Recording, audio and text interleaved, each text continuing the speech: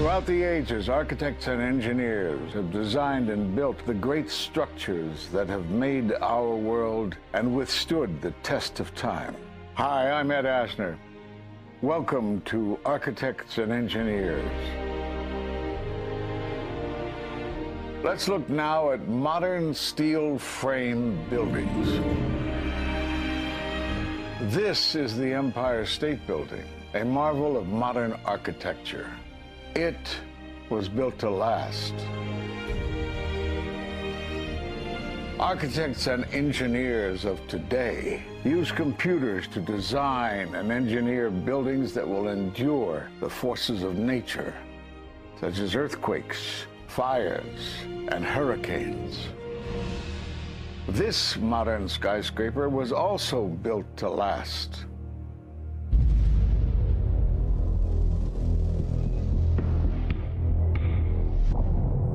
We've seen buildings completely destroyed like this before, but only when done intentionally. Danny Jowenko is the expert on this in Europe. What did he say? Dit is controlled demolition. Zeker weten. Zeker weten. Er is nagesprongen. Dit is in opdracht gebeurd. Dit heeft een team gedaan van experts. Let's compare. Explosives are used to demolish buildings like this in just seconds.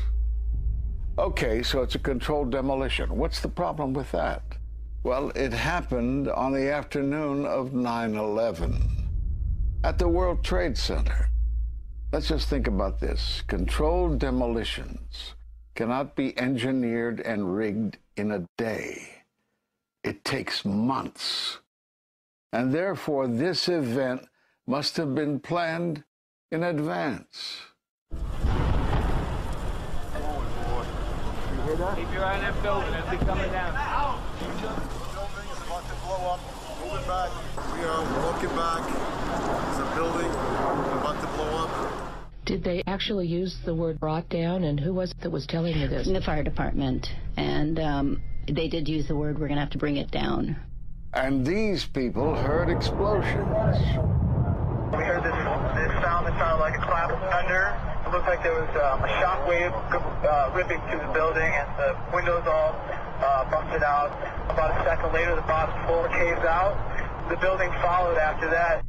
He takes his hand off, and you hear 3, 2, 1, and it was boom, boom, boom, boom, boom. And these reporters recognized it as a controlled demolition. And I turned in time to see what looked like a skyscraper implosion. It looked like it had been done by a demolition crew. The whole thing just collapsing down on itself.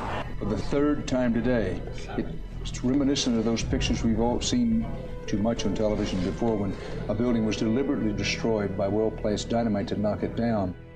It was almost as if it were a planned implosion. It just pancaked. So what's the problem if this was a planned demolition? Well, we are told by government agencies that this building came down as a result of normal office fires. The National Institute of Standards and Technology produced their final report in 2008. World Trade Center 7 collapsed because of fires fueled by office furnishings. It did not collapse from explosives or from fuel oil fires. But what do you think brought down the building? And what caught my eye is more than 1,300 architects and engineers examine the evidence about Building 7's collapse and disagree with the official report issued by the National Institute of Standards and Technology. I certainly am much more open-minded about it than I was, and it is because of the involvement of the 9/11 families and all these engineers and architects. You are about to hear from architect of 23 years, Richard Gage, AIA, member of the American Institute of Architects and founder of Architects and Engineers for 9/11 Truth. Now there are more than 1,500 architects and engineers who say that it could not have been brought down by office fires. They are backed by 9/11 family members who are calling for an independent, unbiased investigation. I'm Richard Gage. Fires have never before caused the collapse of any skyscraper. even though there are numerous examples of much hotter, larger, and longer-lasting fires in these buildings. And in the case of Building 7, the fire that NIST said started the collapse had actually burned out over an hour before. It could not have caused the collapse, as NIST claims. Yet this 47-story, modern steel-frame skyscraper, which was not hit by an airplane, collapses mostly into its own footprint like a house of cards, as fast as a bowling ball falling off the side of the building, in just under 7 seconds. Listen to the experts. Building number 7 descended in free fall for the first 100 feet, which means that there was absolutely no resistance to the descent whatsoever. NIST has admitted it went into free fall for 8 stories. And going from motionless to free fall instantly, that's a bothersome part of the puzzle because NIST never explained it. We've got a building that came down in its own footprint, so all of the columns really needed to be severed at the same time in order for that structure to fall the way that we saw. The symmetry is the smoking gun. The whole building completely comes down in one continuous motion. There couldn't have been any structural resistance. According to NIST, the failure occurred at column 79 on level 12. They're talking about a single columnar collapse or failure that resulted in a total collapse of the building. It is possible that you could have a local failure as a result of a connection failing.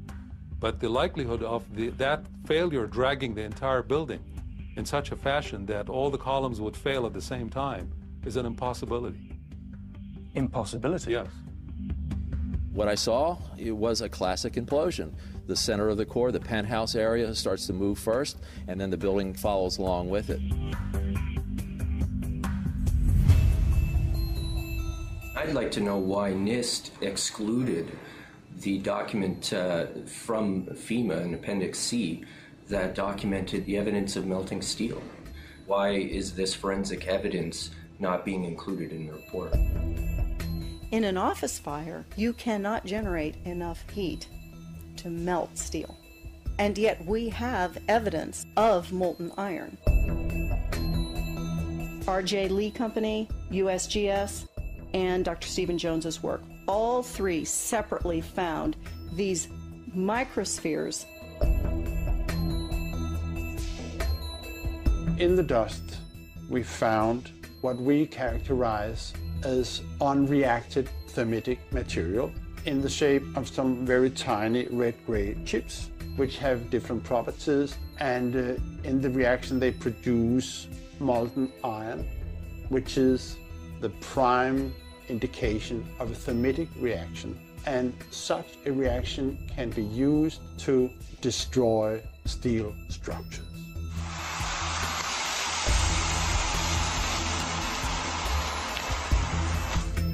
What we have found is a modern version of thermite, which we call nanothermite. There were these iron microspheres present in all of the dust samples that needed to have been formed in extremely high temperatures. I've independently seen thermitic activity within 2 separate independent samples of World Trade Center dust. My contention, based on finding thermite residue in the dust, is that it happened before. It didn't happen after in the fires that ensued in the rubble pile afterwards. All the characteristics of the microspheres tell me that thermite was involved in melting those steel beams. So thermite, if it was present at the World Trade Center and created this molten metal that so many witnesses and photographic evidence shows, would also explain the fact that the fires could not be put out at Ground Zero. The only thing that is consistent with all of the evidence that we have that could cause such a thing is the use of thermite to cut through the steel. You'd get down below and you'd see molten steel running down the channel rails. Like you're in a foundry. Yeah. Like lava. Like it was lava from a volcano. Well, the manual gets into thermite, and if it says if you have melted steel or concrete, which we had on 9/11. We should test for it. It's this fused element of steel, molten steel and concrete and all of these things all fused by the heat into one single element. We're asking for an investigation that follows national standards. There's no excuse to not test for this. If terrorists used explosives in '93, why didn't we test for them? If all these witnesses heard explosions, why aren't we testing for them? NIST concedes that they found no evidence for explosives. So then we asked them, well, did you look? And they said, no, we did not look for explosives or residues of explosives. So the preconceived notion of NIST is that there's no evidence for explosives, and so there's no point in looking. That is the most unscientific thing that you can possibly think of, not to look because you don't expect to find evidence, and in fact the evidence is overwhelming. They state these conclusions for which there's virtually no evidence, and then they ignore conclusions that can be drawn from the evidence.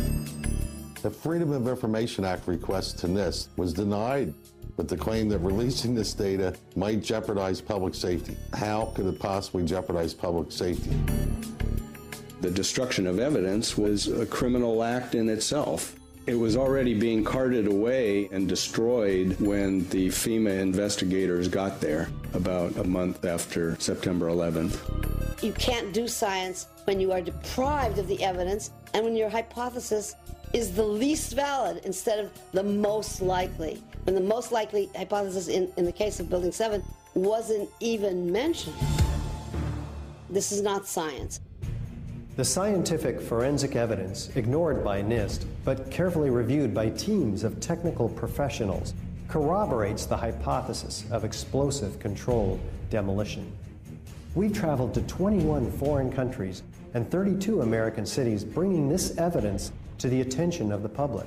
And we're backed by 9/11 family members and other concerned citizens who are calling for an independent, unbiased investigation. I'm a family member trying to find out the answers to the murder of 3,000 plus people. The bottom line is that it needs to be investigated properly.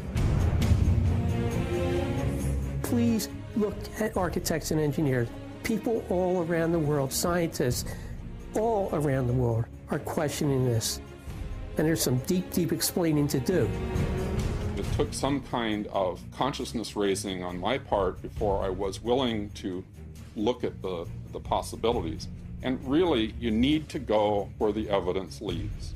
As an engineer, and I have 3 degrees in engineering, I signed that petition for architects and engineers for 9/11 Truth some time ago because the American people absolutely need the truth of 9/11.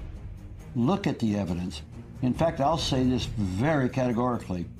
Any reasonable person who looks at the evidence that's been brought forward has got to come away with the feeling that something has to be done, a real investigation has to be put forward. We will never heal. This country will never, ever, ever forget that day. We have to demand a new investigation. I want justice here. The country owns this. We were all victims. You all should want answers. It's not just ours, not just mine. We all lost something that day. It's distressing for everyone to come to terms with this evidence. But we must pursue the truth wherever it leads. Look at the evidence and decide for yourself.